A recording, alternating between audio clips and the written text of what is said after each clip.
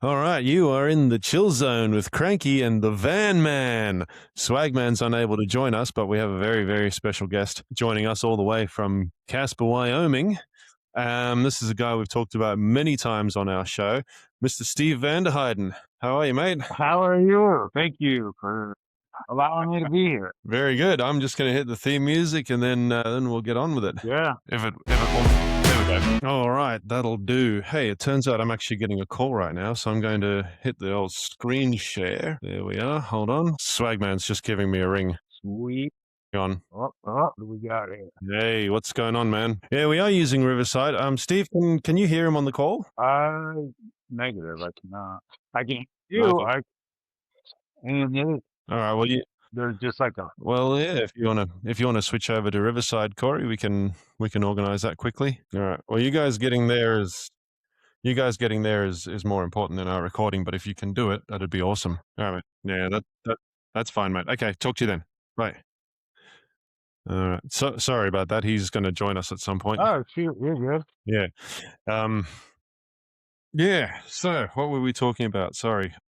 Oh, That kind of came out of left field. We just got started. Your killer Yeah. music was playing. It's not a bad beat, that one, is it? No, I dig it, man. It is way cool. Apparently a few people like it. Yeah. So, as you did with me, when we spoke the other week, I'm going to do with you. I've got a couple of questions. Yeah.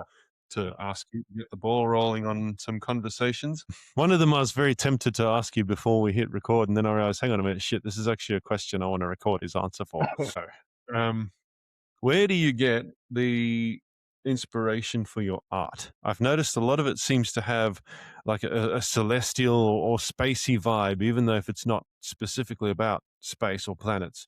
And I really enjoy that kind of thing. As far as the inspiration, I mean, I don't know. I think it just kind of comes like, when I start painting, I guess. Yeah. Shoot, I don't know. Because it's just kind of one of those, like, however I'm like feeling at the time, maybe. I guess I don't know. Fair enough. So you kind of just let the mood guide your hand, so to speak. Yeah, yeah. I mean, like with like the landscape stuff, like, Mm. I mean, there's really no like direction, I guess. Mm. As far as like some of the other pieces, you know what I mean? They already have like, you know what I mean? I already have a certain like plan, I guess, for where I'm gonna go. Yeah. Hey, sometimes that's the best inspiration there is. Like you don't necessarily need a muse or anything. You just let your creative juices flow once you got the paper down on the table. Yeah. And I can see that's what you're doing right now as well. Yeah, While we're talking. yeah. I'm trying to. I just started, or I finished this one. Yeah. Yeah, I was going to say that's got a very Jaws theme to it, and the moon in the background there. That looks pretty cool. Thank you, thank you. Yeah, that's the other thing too. I kind of, I like taking like the pop culture stuff, I guess, and then like adding like landscape with it, you know what I mean? Because we all know the original like Jaws. It's like the shark and the naked chick on there. That's all you need to make a good movie, just a shark and a naked chick. That'll get the people into the theater. That's exactly it. Well, it's interesting you say you let the pop culture inspire you, because a lot of your art seems to, I don't know, it makes me think of Warhol a bit. Yep. Andy Warhol. Yeah, I would. Yeah, yeah, he is a big inspiration. Salvador Dali, he's another one. That's surrealism. David Cho, I really like him just because like he's like started from a bottom. I mean, I guess all artists have, you know what I mean? But I can relate to him more than I can. I guess a Warhol. You know what I mean? I know what you mean. I mean, you look at a lot of artists like Van Gogh, and that most of his like these absolutely classic paintings now were done from an insane asylum, and the guy didn't get famous until about 100 or so years after he died. Yeah. Yeah. But no, what I've noticed with your artworks is that you take ordinary things like you got your fish, you got the shark, you got your cat back there, and you put them into these surreal looking surroundings. Yeah. Yep. Yep. Yeah. Sorry, what were you going to say there? Oh, when we were talking about the Van Gogh thing, so Yeah. I almost wonder now. So are people in love with his story or his painting? Because I'll be honest, yeah, like Hmm. that painting, that's kind of, I don't know. I don't think do that, but the times are different back then. You know what I mean? Yeah, yeah, yeah. So that, you know what I mean? That draws a damn good question. Is everybody in love with the story or the finger I think everyone was in love with the story because some of these paintings of his you look at and you're like, at least one of my mates could make that. Like he's got that painting of his old room, which, by the way, a couple of years ago, my wife and I went to that Van Gogh Alive thing when it came into Sydney, Mhm. and they had that room set up as um, as almost like a film set. You could walk into it, you could sit on the bed, you could sit on the chair, whatever. And I looked at the actual real life painting and I thought, well, that's probably something a teenager could do. Yeah. Oh, make a painting of my room. Well, that's it. Except the teenager's room would probably have a switch laying on the bed, clothes on the floor, that kind of Yeah. thing. The clothes wouldn't even be on the chair, they'd be on the floor. Yeah. Dirty socks and whatnot. That's it. So Swagman said he'll join us in about 20 minutes. Awesome. Heck yeah. Are we live right now? Yeah, we are Well, live. I mean, like on the social media stuff. I guess I could share it. Yeah, yeah, yeah. Heck yeah. But if there's any point where you need to turn off your camera or your mic, that's fine. I can cover it for a bit. Oh, we should be good. Mabry, she's Mm. rocking and rolling on her bike. Man, kids get old quick, don't they? Oh, and older. They do. They certainly do. I can't believe my oldest turned 11 on Thursday. Wow, man. Yeah. That's, that's insane, man. Like to me, she'll always be this knee high to a grasshopper little kid. Oh yeah. And then it's like, wow, yeah, like she's almost as tall as me now, and she's 11. We were chit chatting at the dinner table. Mm. He's got the thing that he's doing in school. Did you ever have pen pals? Pen pals? Yeah, yeah, actually we did. Yeah. Not, I didn't have one in Australia, but in South Africa, funnily enough, I had a pen pal in America. Yeah. Hey, if I shoot you my address, man, or vice versa, I'll have Mabry's daughter. They could be pen pals or whatever. But I thought that was really cool that the schools are still actually doing that. You know what I mean? Yeah. I don't know if Australian schools are doing it. Like I said, Yeah. I never went to primary school here. Are your kids in primary school or high school? Crime. Yeah, I just think you said regular. primary. Yeah. My oldest Yeah, yeah. is actually 21. Oh, okay. Yeah, she's yeah, Mm. older, but holy moly, I was really into that. So the blue on my phone was Mm. on, and I had my phone in this ear, and this ear was the iPad that I had. I didn't even know I could do that. That's cool. Are those what do they call them? AirPods? Yeah, cheap imitation version, yeah, essentially. Fair enough. It sounds like they have a feature that real life AirPods don't have. Yeah. Hey, cheap is better. It could be. Could very well be. Hey, if it's any consolation, your mic is coming across clear as day. So, Oh, you know, even if they are cheap, they sound bloody good. heck yeah, that's what's up. Yeah. That's what's up. Hmm. See, unlike me, my mic stand actually broke the other day, so I got to hold the mic by hand. Oh, dang, that sucks. Yeah. See? Look here, it's snap clean off right there. There's that little bit sticking out. There's the stalk that was supposed to go around the bottom of the mic. When we were We're just busy. at the thrift store earlier today, I seen there was like a little mic, the arm, and phone right next to it. Like the microphone's just like laying there. Like I looked at Mabry and I'm like, how much you think that microphone actually works? And she's like, probably not. And I'm like, no. Like that poor microphone. You never know though with thrift stores because sometimes they have some really good quality finds. Yeah. Oh yeah. Some absolute surprises as well. Like my wife, she goes thrift shopping a lot, right? We've actually got a few thrift shops within walking distance of the house. Oh, So we got one down in the actual main town, and then there's one maybe a 40-minute walk from here in the other direction. The one in town only sells clothes, which is perfect because the 2-year-old's always outgrowing stuff. yeah. Oh yeah. Oh yeah. So my wife goes in there and they'll just be like, you know what, what we're doing today, we're selling an entire shopping bag filled with kids' clothes for like $2. It saves so much money. Oh yeah. And then the one further down the road that actually stocks things like electronics. Oh So sometimes you'll get really lucky in there and you'll come across like an original Super Mario Brothers cartridge or something like that. oh That's what's up. yeah. I was trying to look for like a new like uh garage TV because it does am in there. So like, Yep. oh, I gets like the air channels, which are good sometimes.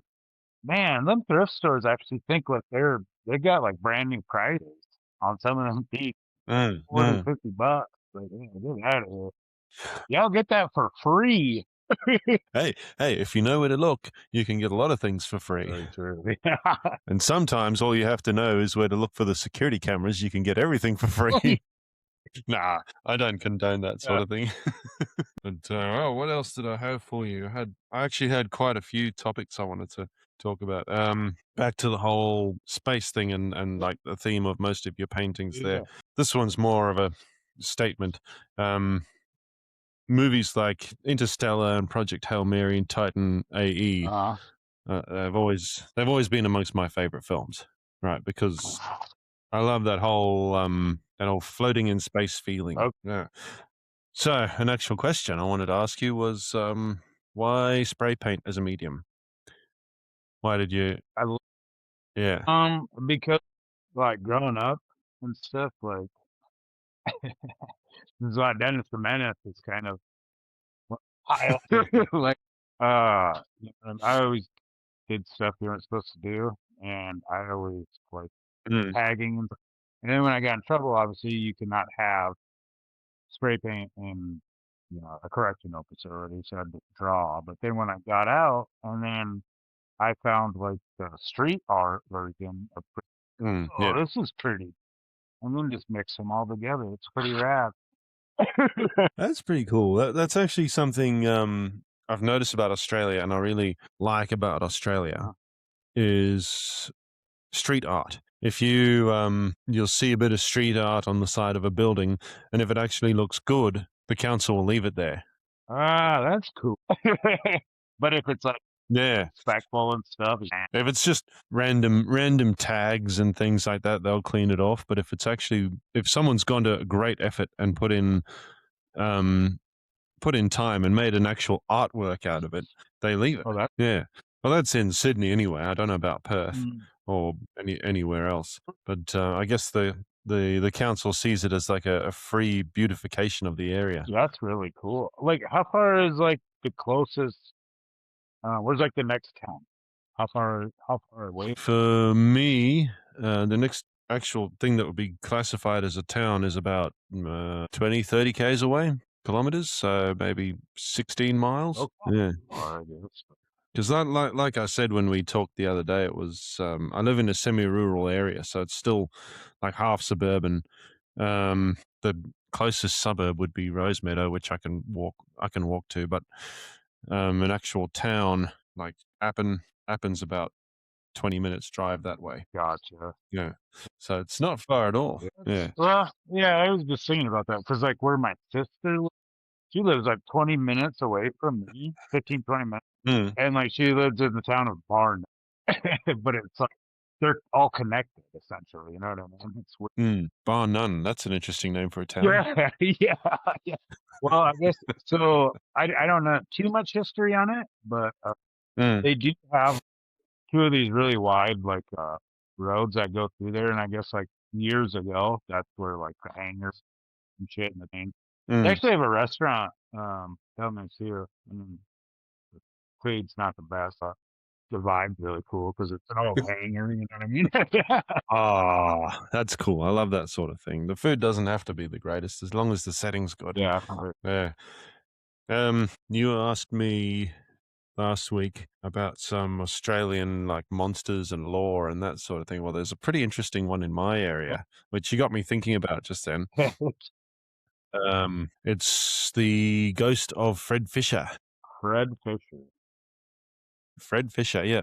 This is apparently something that really happened, and there were eyewitnesses and everything, right? So there was back in the 1800s, I think it was about in the 1890s or something like that, there was a real life resident in Campbelltown called Fred Fisher, right? Now, he came over as a convict, earned his freedom, and he won a bit of land out here, and then sort of became a landlord, and he got kind of wealthy over that. He ended up buying a pub. The pub that he bought is still standing. And so he traveled, right? He traveled quite a lot, so it wasn't uncommon for him to go missing just out of the blue. So until one day he actually did go missing. And a couple of months afterwards, some random citizen was walking home from a different pub, not the one that he owned. And he said that he saw, now in those days, this wasn't a suburb, this was a little farm town. So it was pretty much open country here.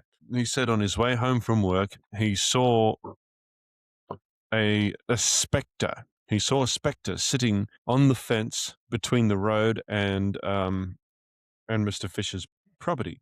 And as he got closer, he saw that the spectre was actually in the form of a human, pointing into the field. So there was the ghost of Frederick Fisher. So this guy thought, all right, I'm going to remember this. He ran back to the pub. He rounded himself up a posse, and they came back. By the time they'd come back, obviously the spectre had disappeared, and they went, right, we're going to go and I think Swagman's trying to join us. There he is. But he said, we're going to go and inspect this field where the spectre was pointing, right?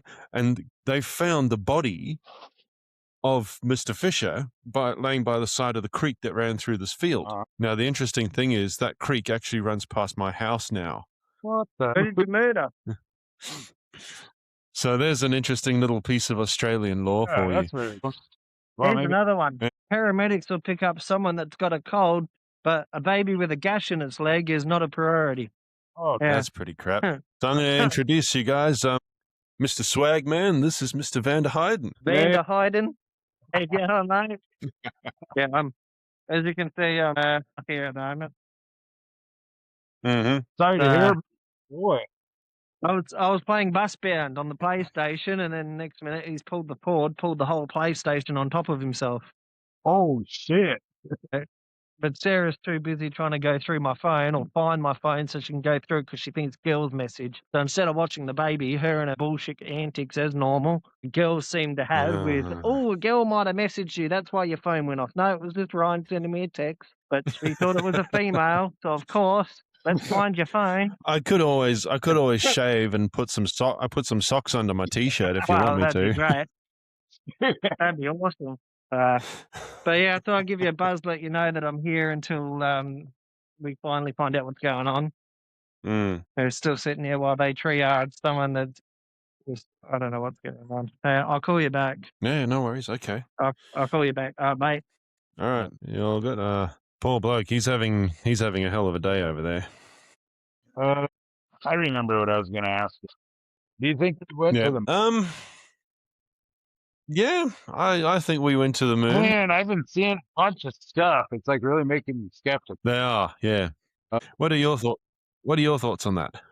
I don't know, because it's one of those things too. You know, I'm not personally there, so I'm not witnessing. But here is one that I will say, though. The owner of the Casper Spuds, the baseball team here in town, I did see a video when she was in Texas of it, like going up our way. So I mean, that's pretty legit. But I don't know. There's just a bunch of other stuff too. I don't know, man. It's an interesting topic, isn't it? Because it's like, did they or didn't they? You know, we as normal people will never know the truth. No. No. They weren't. Mm. Some of them weren't. I can't remember if we talked about this or not, but some of them like weren't walking like all messed up. They were walking just. Yeah. Just that was one. Mm. Oh, shoot, I can't remember. I don't know, man. I don't know. It's like you were saying. Yeah, It is difficult to know. I know though. A fair bit of their training seems to go into keeping fit and all that kind of thing. And they weren't up there for that long. I know the guys that go up to the ISS, they go up there for like 6 months. That fucks their walking right up. I'm sure. Yeah. I don't know though. I like to think that we went because to me, it's just like we did something cool. Yeah, very true. Yep. Yeah. But at the same time too, it's like, man, if you guys are like faking this, like, kiss my ass. You know what I mean? Why are you messing with this like this? You do have enough technology now that you can easily do it. Yeah. Oh, that's what it was. I remember now. How did Nixon call the astronauts when they were up on the moon? Look up clips. That's a good question. Look up clips of that. He told this clearly and. Hey, but we were having trouble. We were having trouble connecting. Like, yeah, I know in the original recording there was like an 8-minute delay or something like that, wasn't there? Or no, it wasn't 8 minutes. It was several seconds anyway. There was when he actually talked to them, and then when they replayed the recording to the public, they apparently took the delay out or something. I don't know. Oh, really? I guess I did. But it was because Nixon called from the White House phone, and then at the actual NASA headquarters, they patched the phone line into the radio to then broadcast it up to the moon to the astronauts. But there is something interesting on that topic that I wanted to ask or talk to you about anyway, which was on that same topic, did you hear Trump's phone call to the astronauts that went up in the Orion? Okay. If you listen to it, you can hear it in his voice that he doesn't believe it. Yeah. I don't know. He doesn't specifically say it, but it was just in the way that he was talking to them and some of the things he said. I believe that he doesn't believe that they went up. I thought it felt like he was treating it like a joke. But that being said, I'm a little bit of a fence sitter about Trump. I like some of the things he does, and then some of the other things he does, I'm like, who put this guy in charge again? Yeah. I try not to pay attention to it so much just because, like, I don't know. Well, essentially, it's all just to fucking get to start fighting. Yeah. Nobody's ever gonna agree. You know what I mean? Yeah, it's interesting to hear about that kind of thing from somebody who actually lives in the country that's run by him, though. Yeah. Because I was like, if you talk to my old lady, she'd have a completely different opinion on that. Yeah. Fair enough. I mean, a lot of people do, and there are a lot of people that voted for him. They're like, man, I wish I would have never fucked him. It's like, well,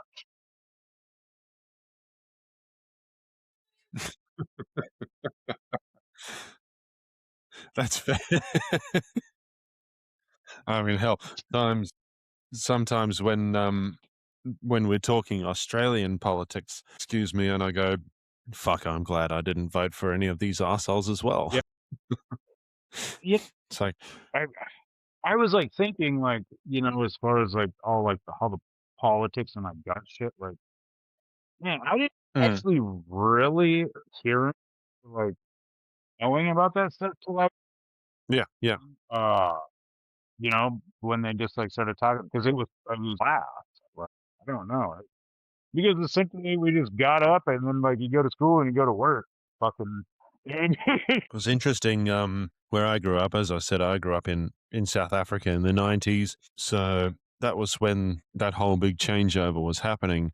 Mandela got out of prison Mm, and he became president during my lifetime. And only a few years before I started at school, he became president, and he was president until 1999 or something like that. well, And it was such an a historic occasion that they were teaching it as history in school while he was still president. So as a young South African, it was kind of what's the word? It was almost mandatory to get into politics at that time. I gotcha. Because it was like, wow, we're actually sitting here in the makings of history. Our country's first ever black president after, however many years of turmoil and apartheid and all that. And it's like suddenly all this shit came to an end Yeah. and a regime got overthrown, really.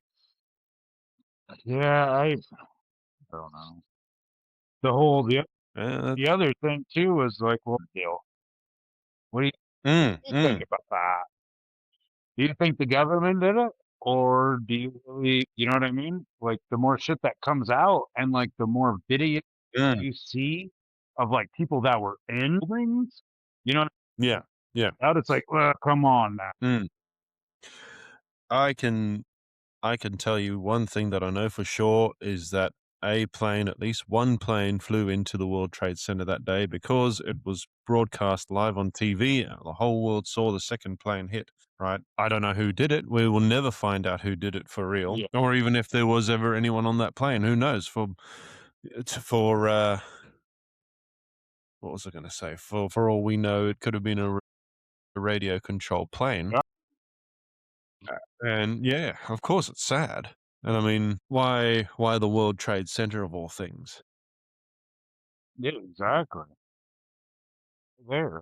And then what was it? The Pentagon too. Yeah, the Pentagon, that was the same day, wasn't it? Or a couple of days apart. Yeah, I can't remember. It was still one Mhm. fucking. Well, it's like I think it might be a fluke. The interesting thing was, though, when it happened, I know for America, it happened sort of in the middle of the day, but for us South Africans, I think it occurred at about 9 in the morning. So Crazy. I was at school. Hey? That's crazy because it was like maybe no bullshit, man. It was probably like 11 o'clock because I was Mm. on third. Yeah, I think I was in the class. Yeah, yeah. Actually, not 9 o'clock. It would have been probably midday for us the next day. Either way, we all went off to school thinking it's just going to be an ordinary day. Yeah. Cartoons on TV in the morning, then I went to school, and we didn't have the internet in such a big way as we have now. Like, we didn't have some device in our pockets that was just keeping us up to date with the news Yeah. as smartphones do now. So I'm thinking the whole day at school, I'm like, fuck yeah, get home. I'm going to open a bag of chips. We're going to sit and watch like an hour of Pokemon, and then, going to get on with my homework. I'm really excited for this. I grab my bag of chips when I get home. I go throw myself down on the couch, switch on the TV, and I'm like, oh shit, there's a building collapsing. When did this happen? It was crazy stuff. And it's that's just the weird thing about time zones, isn't it? I'm glad that we finally got ours figured out somewhat. Yeah, yeah. I mean, there's a time that both of us just happen to be awake. Yeah.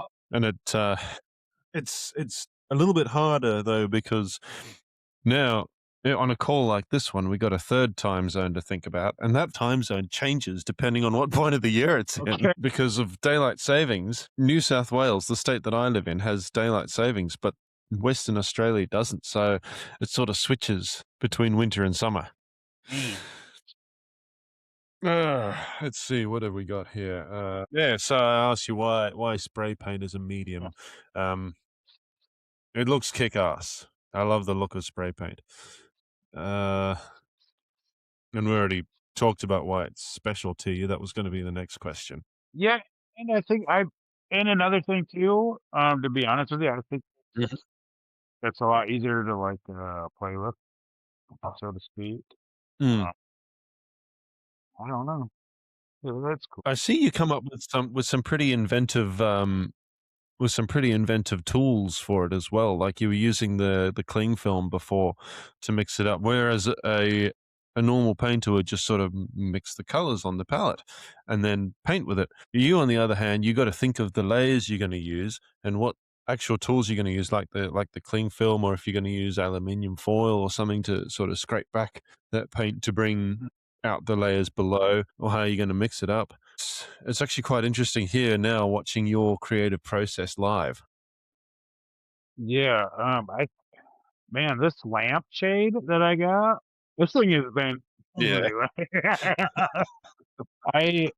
so it was on the it was right around when my wife and I kind of first got together and stuff, and then started messing with spray paint more often. There was something on the news with like it was like a benefit for the animal shelter, right? Yeah. So I went on TV and did like a couple pieces for the shelter and stuff. But what is this lampshade is famous. It's been on TV too. Well, now it's been on the Chill Zone podcast as well. It's been all over. Hey, if you ever become an extremely famous painter, one day you're probably going to be able to auction that lampshade off too. Oh yeah, very true. Yeah. You could imagine the gloves too. For those people not watching the video right now, he's spraying the white paint onto his gloves and then flicking it to make the stars. Flicking it onto the oh, that looks cool. I like that. And you got the whole solar eclipse look going on there too. That is awesome. So the 2-year-old came in to hide from mum. Anytime she's in trouble, she comes running to dad to harbor her like some sort of criminal. I'll protect her. Well, I ain't no snitch, man. Let's see what else have we got here. Which of all the pieces you've painted, which are your favorites and why? I would say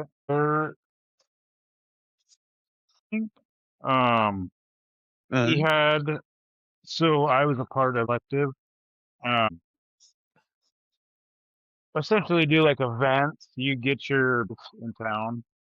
Yep. So one of them was a exhibit, and there was like a cash prize on it. So Yeah. I just wow, dude. I'm now starting to realize that there are like reasons for things that you do. You know what I mean? And stuff. So Yeah. a bunch of my paper prison, like my write-up sheets when I got in trouble. Well, like, yeah. So I Mod Podged them on this. Let me think how to describe it. So in this big old piece of paper, like, and then I have write-ups like Mod Podged on there. I have a poem that I wrote when I was locked up, and then it's just got a big old vulture, and it's got like my number on it. It's a ball and chain type thing on there, and I don't know. I think that was probably my favorite piece. Yeah. It's essentially like a big fuck you. Like, I'm not your typical paint your flat person. I'm, Yeah. And I just got given. I did. I didn't. I got that, which is still amazing. But I don't know. I just, that was kind of like my. Okay, and that was obviously a very big part of your life as well. And putting that onto paper must have been quite meaningful for you. Just like essentially to be like, hey, I'm like really what the fuck I talk about. I'm not You know what I mean? Yeah. Yeah. I think that was that was the reason. Thank you. Because I was like thinking of the reason why I yeah. Mm. Just to show you I fucking am what I Popeye. I am. Hey, yeah. Oh well. No, well, like I said, it obviously it meant something. And it's good that you were able to do something great with what would have been a negative part of your life, or at least a different part of your life, the kind of thing that a lot of people don't really get to experience. Yeah. Oh, and I wasn't like it wasn't like trying to like glorify like it's like something cool or anything like that. But like you were saying, it was like a big part of my life. Like I don't know. And like getting sober and shit too, man. Like I'm just like seeing and recognizing like other, you know. On that note, there is something else I wanted to ask you, and you can always tell me to cut this from the edit Oh, if you don't want other people hearing about it, whatever. But do you mind if I ask you what you ended up going to prison for? yeah, it is the by far. Well, no, because there is a lot of shit. But, so Yeah. at the time, I was already on paper already. So it was actually the first time I ever did methamphetamines. Right. Okay. Anyway, so the bar, Yeah, go ahead. I'm always down for a story. the next town, man, there was maybe 100 people in that town, but it was Yep. miles down the road type shit. And the cool thing is like I wasn't from that town, so Yeah. Anyway, that bar closed down, and me, the gal that I was with at the time, and another dude were going down Main Street, and I was like, "Oh shit!" Like, I'm not supposed to be down this way. And then I turned around and then went back down the street. I completely stopped at the stop sign. I seen a vehicle right behind me, and then I asked him, I was like, "Hey, so is that the police?" She's like, Oh, I don't yeah. know. And I'm like, "How do you not know?" And then I go and I turn the highway patrol. The crazy thing is, well, because I was so high on meth, passed like the sobriety test, but he couldn't figure out why I was so blowing, so hot. And so went to jail, all that shit. Before I could get released, uh, my probation officer had me pissed in a cup. So Yeah. I had no idea, man, that like if I would have waited just 3 whole days, I wouldn't be in that predicament. But at the time, if you had methamphetamine even in your system, you automatically had to cover it. So I was charged with a felony possession. Even if it's in your system, they charge you with possession. Yeah. Okay. That's pretty interesting. I didn't know that. And you know what? I don't know if that's like law now to this day. It's funny that we're about this now. So just the other morning, like I never really like real like the whole pardon. I mean, to get like my fellas like and whatever. And the other day I was just like, you know what? How true would it be to have a piece of paper on your wall that you got a pardon? You know what I mean? Exactly. Yeah. But so I started doing calling around and all that stuff. The lady gave me this email, and I've been like super polite. Yeah. Yeah. Oh, hold on. What's happened here? Something. I don't know. Oh, well. Yeah, I've actually got a couple of similar stories about stuff like that. Back when I lived in Cooma, which is another small town. Cooma is a town in the southern part of my state, New South Wales, and it's got a population of about 8,000. And then as you mentioned before, town of 100 people. I also spent a fair amount of my teen years in a town called Adaminaby, which is a very similar population. It's about 100, maybe 180 people, depending on what time of year you go there. Anyway, that's beyond the point. So Cooma, small town, there was one cop that would constantly pick on me for no reason. This guy just had it in for me, hated me. Every time this motherfucker saw me, he'd pull me over just to breath test me. I'd never done anything to him. I probably, you know what it was?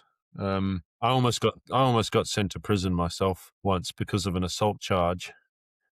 And he was the responding officer. So ever since then, he just fucking had it in for me. Every time he saw my car, whoop, woo, pull over, breath test you, and he'd go over my entire car for defects. Get a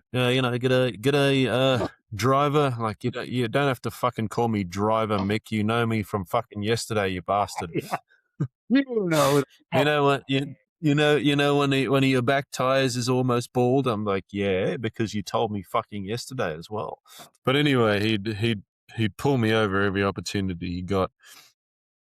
That whole almost kind of prison thing, I was very lucky. The person that charged me, or the person that tried to give me the charge, they ended up withdrawing it.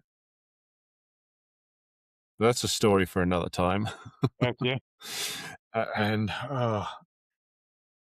then a couple of years ago, I was driving Uber, and I picked up this woman, okay, and she gave me an address that was just a random address in the middle of the suburbs. Now, as an Uber driver, if it's a 2-leg trip, because I don't know how Uber works in America, but over here, you put in the details of the entire trip before the driver even accepts it, right? So I can see it's that's how the first leg ends at a random address in the suburbs, and then the second leg ended back where we started. So I was like, 100% this chick's going to her dealer's house. That's how it happens. That's just what it is. Yeah. Okay. Now, I take her to the dealer's place. A couple of minutes later, she gets back in the car. I back out of the driveway. We go around the corner, and the next thing I know, there's an unmarked highway patrol car behind me, lighting me up, right? So I look back at this girl, and I was like, I'm not running from these dudes in a fucking Toyota Corolla, okay? It's not going to happen. Because they were in a fully blown, what was it, Chevy Camaro or something, brand new one. I'm like, a Toyota Corolla's not outrunning that. So they light me up, and I'm like, I turn to this girl and I go, you know what they're pulling us over for? Whatever you do, don't lie. Because she started to get nervous. She's obviously never dealt with the police before. Like, don't lie to them, because it's just going to make it worse. So the officer gets out of the car. His partner comes up to the other window, and they had a third girl who came up to the back door, and they the leading officer goes, now, what was your business at that house, driver? Oh, no. What he said was, if we've pulled you over for a random breath test, okay? And I was like, no, you haven't. No, you haven't. But anyway, go ahead. And he goes, just out of interest, what was your business at that house? Oh, that was cool. And I was like, listen, mate, I'm just an Uber driver. I don't know what was going on. My passenger was the one who dealt with him. As far as I know, she was just visiting her uncle or something like that. Whatever. I have no idea what was going on here. So they got this lady out of the car, and again asked her the same question, what was your business there? And she goes, oh, nothing. I didn't go there for any real reason. And then the cop asked, did you buy anything from him? And she says, no. And I thought, oh my fucking God. And it was right when she said no that I looked back and I see the female officer pulling her gloves on, and I'm like, you shouldn't have fucking lied. Luckily for this girl, right, because they patted her down and they got the shit off her, but luckily for this girl, they were not after anyone carrying. They were just after evidence on the dealer. So essentially they just went, right, you've obviously bought your shit. We're going to have to keep this. You can go on your way, but this is evidence against old mate. Yeah, get back in the car and just get out of here. You're leaving here empty-handed today. Holy shit, that was something I didn't need. Right. So what's like a punishment? Like, say if you would get Um, as I think these time. days it depends on the amount. Like if you've obviously got a couple of kilos worth of weed or something on you, you're going to jail for a bit. But if you've only got a few ounces, they'll pretty much just confiscate it and tell you to piss off. I love that. Piss off. I made a couple paintings that say that. That's it. What was the next one? So of your favorite paintings, have you sold any of them? That one I have not. I Mm. had quite a few Mm. throughout the years. Um, Yep. I do have that one big event, which I'm super stoked about. Mm. Past 2 years, this will be the third year in a row. Town, Mitchell, South Dakota, they have Arts in the Park down there. And yeah, that event is just it's. I mean, don't get me wrong, there is like Arts in the Park here and stuff, but going back Mm. there is it's awesome.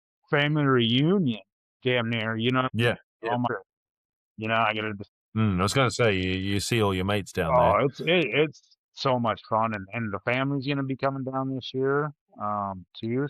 Mm. Yeah, it's just gonna be a good time. But yeah, and like commission pieces too. If somebody wants something done, but I kind of been I really haven't been taking too many commission pieces lately. Mm. I don't know. I don't. That's the thing. Like, I guess like a year or so. Uh, I wasn't working as I am now. You know what I mean? Yep. Yep. I have a different mind frame now. Um, Mm. and yeah, so like I don't know. I believe a lot on just commission paintings and stuff, which you know something I don't know. No. Well, what are some commissions that you've actually enjoyed doing, and the ones that you weren't just in it for the money, you actually thought, yeah, this is going to be a fucking cool piece. Ooh, I'm really going to work on this one. coolest, probably most challenging piece I did last year. Mm. Um, mine, his dog has autism, and he Okay. really wanted a piece, and Mm. um, he just pretty much like gave me. He wanted her, right? Okay. Right. So you wanted a bit of that sensory feedback for her. Yeah. So like that Yeah. was kind of like a challenge too, but I made it work amazing. Like I had like her name like came off of the this so she could actually touch it, and this took like that chicken wire stuff and put it all over Yep. Yep. top of there so that way you wouldn't be able to just rip it off. You could yeah. You didn't happen to put it up on your Instagram, did you? All of my stuff are on my Facebook page, Guided Design. Facebook page. Yeah. Um, it seems like I've been having like more, but I think I kind of want to switch over to them because I've been kind of playing around with it a bit, Mm. weeks, and man, I'm just getting random people left versus the same people that always like it on Facebook. It's like, why is this getting distributed out all over, but when I post something on Facebook, it's just to the same people. Yeah. I think it's because on Facebook, it only distributes it to your followers and your friends, whereas on Instagram, it actually sort of injects it into the algorithm so that everyone can see it. And I'm not sure. I don't use Instagram a lot myself, but I have an account. Anything that I upload to Facebook automatically goes to Instagram because I got them linked. Yeah. But if anyone was interested in searching up your artworks, where would they find you on Facebook? All you have to do is just type in Vanderheiden Design. That's VANDERHEIDEN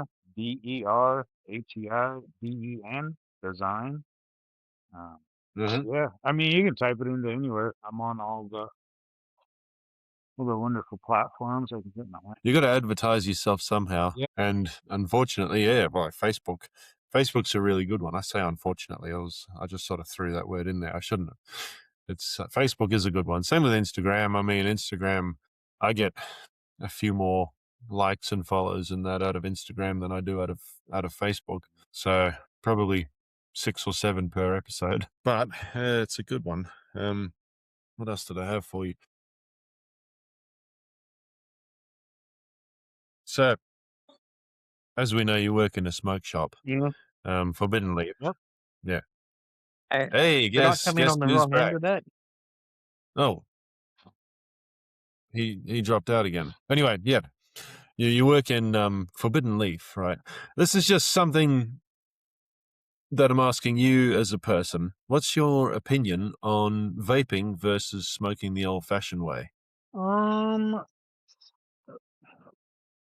be honest with you, man, it has helped a lot of people get off regular cigarettes.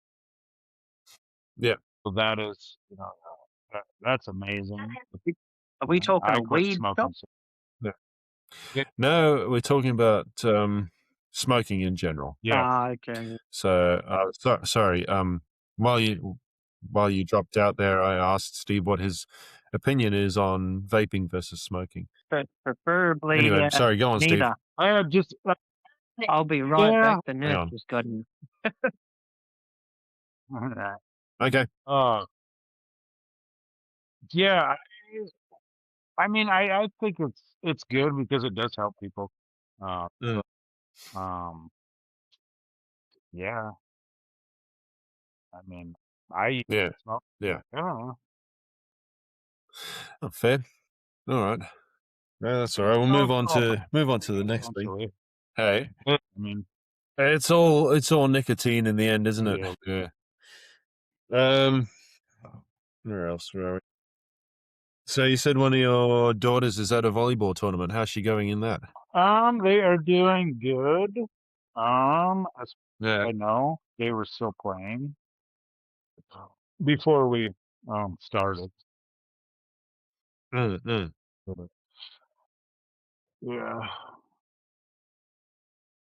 It's weird that it's weird that they have it for 2 days, but I understand. Yeah, that's fair. So Back. Swagman's back. I am back. Yeah, no. Hey, So the doctor says that he's just going to clean it up. Well, the doctor, because I pulled him away from a woman that, my leg's sore. And I just thought, my son's leg's cut open. You can wait for your damn x-ray for your stupid leg because your leg's sore. I've got a baby with its fucking blood pissing out its leg. You can wait. And I fair enough. pulled the doctor. I said, can you please come and check my son's leg before I fucking use that pink phone on the wall? I said, because his leg's pissing out blood, so you need to do something. So they quickly came over, had a look, and he's like, yeah, we're going to have to wrap that. Oh, really? I said, you sure you don't want to go sort out the lady that's just got a sore leg? A GP could have solved that with an x-ray cert. Whole thing's built up in there because people have got a sore leg or they got a headache. The fucking ED, it's for emergencies. People don't understand that these days. They treat it like a GP really clinic. That's the downside to free Medicare, though, isn't it? People just go in. They go into the emergency room for every little thing. I can guarantee if the emergency department started charging people $50 or $100 to go to ED, you'd watch a drastic decline in people going to ED because they've got a headache or they've got the flu. They'd stop coming and they'd be like, yeah, nah, I don't have the funds for it. So unless it's a category 1 or 2, you shouldn't be in ED to start with. If you've got the flu and you've been shitting out for the last week, go to ED because chances are you're dehydrated. You need to get some fluid into you, which will be IV antibiotics and fluid. But in that ED right now, there's about 30 people in there, and I would say a good 20 of them have got arms wrapped up or got their leg wrapped up, or they just don't need to be there. I've heard their triage. And it's, I've just got a sore leg. I've had a headache for the last 2 weeks. Why are you here? Go see your GP. Like, you walked in here. That's That's you speaking as somebody whose wife is a nurse too. Oh no, what does she do? She's general manager, isn't she? She's a team lead HIMSS manager of like 72 to 80 staff. Yeah, fair enough. So it's just, I don't. What's it like over there in America? Do people just go to ED over anything, or is it pretty like full on over there? I think, well, they're cutting down because obviously, you have to have insurance. Oh yeah, right. You got to have insurance over there to see an emergency doctor, eh? So that always blew my mind. So if you're like pissing out blood or severely unwell, then go to ED. But I only come here if need be. Like if I'm completely dehydrated and I've been tracking it, if I know that my body's about to shut down, I'll call the ambulance and have them bring me in. Yeah. But literally the people that are in there at the moment are sitting there with their arms like this. It's like, okay, your arm's probably fractured. Go see your GP and go to GP.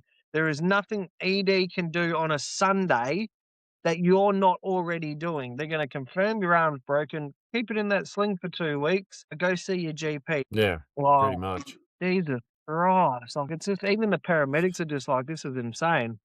He goes, they said, we've never seen it this busy on a Sunday. And it's mainly kids with arms in slings because they've hurt themselves at sport. Something that really could have been solved on the field or something like that. Yeah, on the field or at a GP clinic.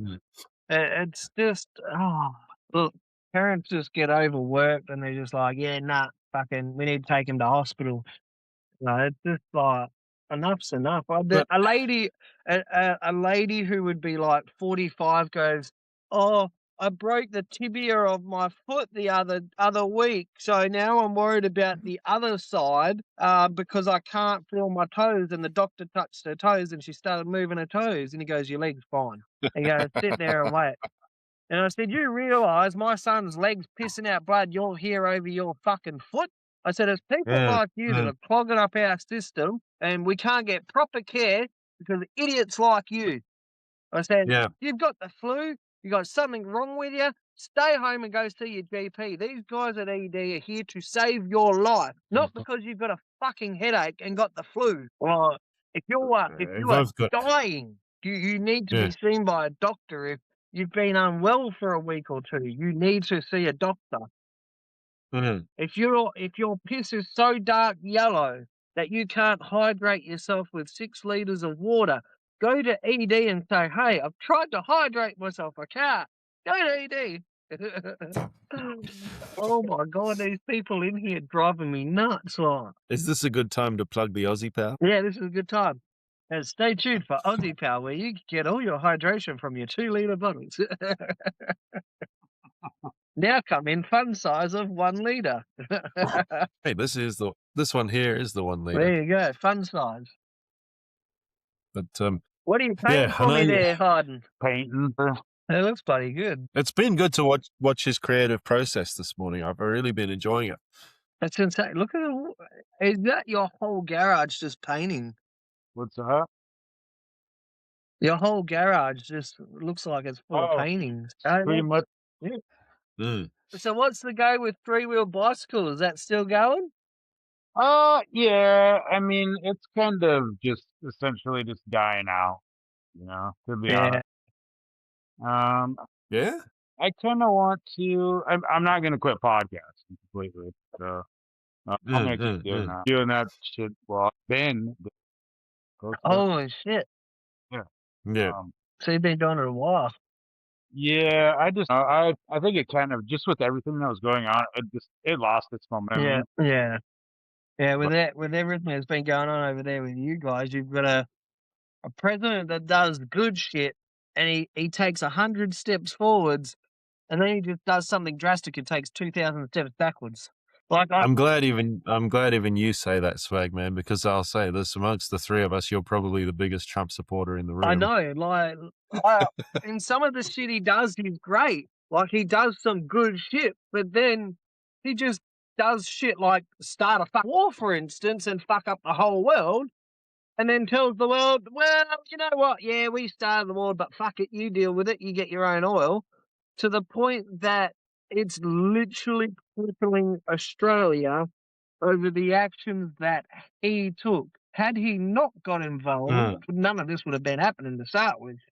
You know, like it mind boggles of the shit he creates, and then tells people, "Fuck it, you deal with it." Oh, did you see that? He almost Yeah. Yeah. I'm just wondering who he paid. I'm just wondering how much they got paid for it. The thing that I think is really funny is like when you sit there and you like watch the footage and stuff like that, but like where they actually got the president out. Your priorities lay closest to the door. Get the vice president out of here. What about your president? I would have been all over the president. And then did you see the female? The security didn't grab her. She just went, fuck it, hit the floor. I must have watched it 10 times just watching her hit the floor because security wouldn't even grab her. She just hit the floor going, I'm not getting shot. And then you've got all the other coppers sitting there. They see him running. You see the dog handler just pull the dog out from the door and then just watch what's going on. Well, yeah. Release your dog. Like, go get him. Like, nah, let's just pull the dog back and we'll just watch this bloke run down the hallway. I don't know if this bloke got shot or not because I haven't actually gone and looked at the story. I've just seen the video. Yeah. So, but you got all the coppers that drew their guns and not one of them, I don't think, fired a gun because I didn't see any shots or anything going off. But it's just mind-boggling that a bloke can run through there with a rifle and not one of them thought, hey, better grab this bloke running. Just let him run all the way to the conference room before we get to him. Obviously, I think the doors must have been locked. I think that's what fucked him up. That's how he got caught. I think the doors would have been locked. At least put one in his leg or something so he can't run. Mate, but, the minute I would have been already... See, the thing with me already doing security for 5 years, I would have already, if the security gates are down, I would have already been on alert, making sure no one's coming running and just staying aware. But this officer's just fucking eyes down. Let's do this, let's do that, instead of keeping an eye on both ends of what's going on, like he should have been, especially the other officers. No thought of, hey, let's also watch the door to make sure no one runs through while this is down. Everybody, let's all look at the one item and not on anything else. Oh, there's a bloke running with a gun. Chase him. That's it. I did have a couple more things I noted down that I wanted to speak to Steve about. One of them being another massive thing that's happened between America and the rest of the world is King Charles's visit. What's your opinion on that, Steve? See, the thing with King Charles as well, it's like he's just a regular bloke now, and I don't think that's sunk into his head yet. It's no longer that the king has power. It is you're just the head of state, and the Prime Minister might come and talk to you when he needs something over there in the UK, or he might not. You're just a everyday Joe that got lucky to be in a castle. Yeah. No longer the day where the king and queen get to rule the earth. It's been there a long time. People hold respect for you, and that's it. And unfortunately, you get all their tax money, which is why the UK is still broke. So it mind boggles me how he goes on these tours and presidents and prime ministers are all like, oh, the king is coming outside. Who gives a fuck? What's he done for me? Yeah. What has he done for Vanderheiden? Has he fought any of his paintings? No. No. What's the president going to do? Ask him for money? The president's got money. Yeah. Like, not only his own personal wealth, but also the whole of America's wealth. So, you know, what can the king offer? I just thought it was an ironic thing to do, right? Because he came over to celebrate the 250th anniversary of the signing of the Declaration of Independence. And I thought, wasn't this the Declaration of Independence of America from England? Or are you coming over to celebrate losing America? Or what? Like, what's happening there? I just thought that was a bit of a strange thing to do. Yeah. I heard also that one of the reasons why they were taking cuts out of school that way. Yeah. That's quite possible. I'm just glad that it's our generation is probably one of the last ones that ever learnt how to read cursive. Yeah, cursive, how to read cursive, how to learn Roman numerals. Like this new generation that are coming through now, they can't function without an iPad. And No, they can't. you mention what dial-up is, or get a rotary phone, and they're like, "What's this?" You're just like, "Wow." You show them a fax machine, and they're like, "Where's the internet button?" Like, what is it? Are you serious? Yeah, nah. The generation that's coming through now, the government over here, and it's probably the same in America, they've made it the rules so easy to bend that you can't get into shit unless you're above the age of 14. You ain't going to jail. And they stupidly came out. This is what happened over here, Steve. They stupidly came out and told people that, hey, we can't do anything under the age of 14. So go nuts. You may as well have come out and said, hey, come rob my house because you won't be charged. And if you're charged, you'll get a slap on the wrist and see you later. You get to do it again. Yeah. Well, that's how messed up our country's got, that they came out to tell people, well, there's not much we can do. Justice system won't do anything unless they're over the age of 14. Why would you tell people that? What? It's over here it's 8, and then you get tried. Well, 18. Yeah. See that? I think they need to reintroduce juvie and lower the age gap to the age of 13.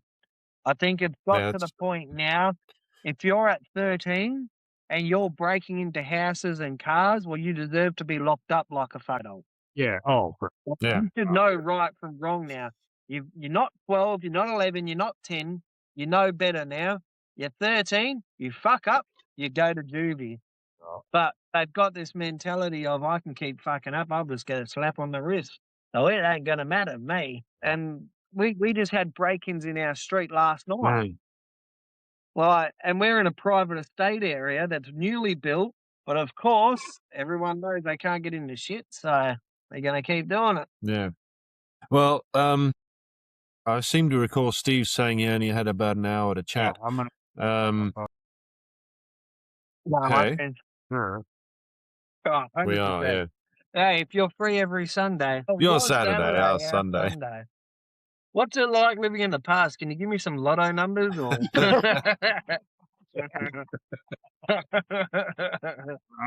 I'll tell you what. We'll share the. Yeah. Well, I'll tell you what the winning dog horses are going to be, and you give me the lotto numbers. My God, the amount of money that I've lost on the dogs this week is unbelievable. Good 300-400. All right, guys, I'll let you go. I'm going to shoot back in, and hopefully. All right. Yeah. I had to leave before I killed the doctor. I think we might just call it a day there, but we'll definitely do this again soon, and hopefully nothing pops up that sort of stops us from being able to do it like today. Yeah, today was a very last minute. Everything went to shit in the last half hour. Nah. 100%. Yeah, around about this time on a Sunday, or in your case Saturday, Steve. But yeah, no, anytime you want, just give us a ring, mate. We'll be happy to get back on 3-wheel bicycle with you as well. Yeah. All right. So no, mate, take it easy. Bye. So yeah, that was Swagman. I forgot his screen name there for a second. And I have been speaking to the wonderful Mr. Stevie V of Vanderheiden Design and the 3-Wheel Bicycle podcast. And you have been listening to The Chill Zone. So thank you very much for tuning in. If you've been listening to us live, which I think one person has been, which is one more person than what we usually get, you guys are wonderful. And yeah, we'll chat again very, very soon. Thank you, Steve. All right, mate. Take care. Hey. All right. Cheers. I'll hit the outro music, and then we can switch it all off. Hang on.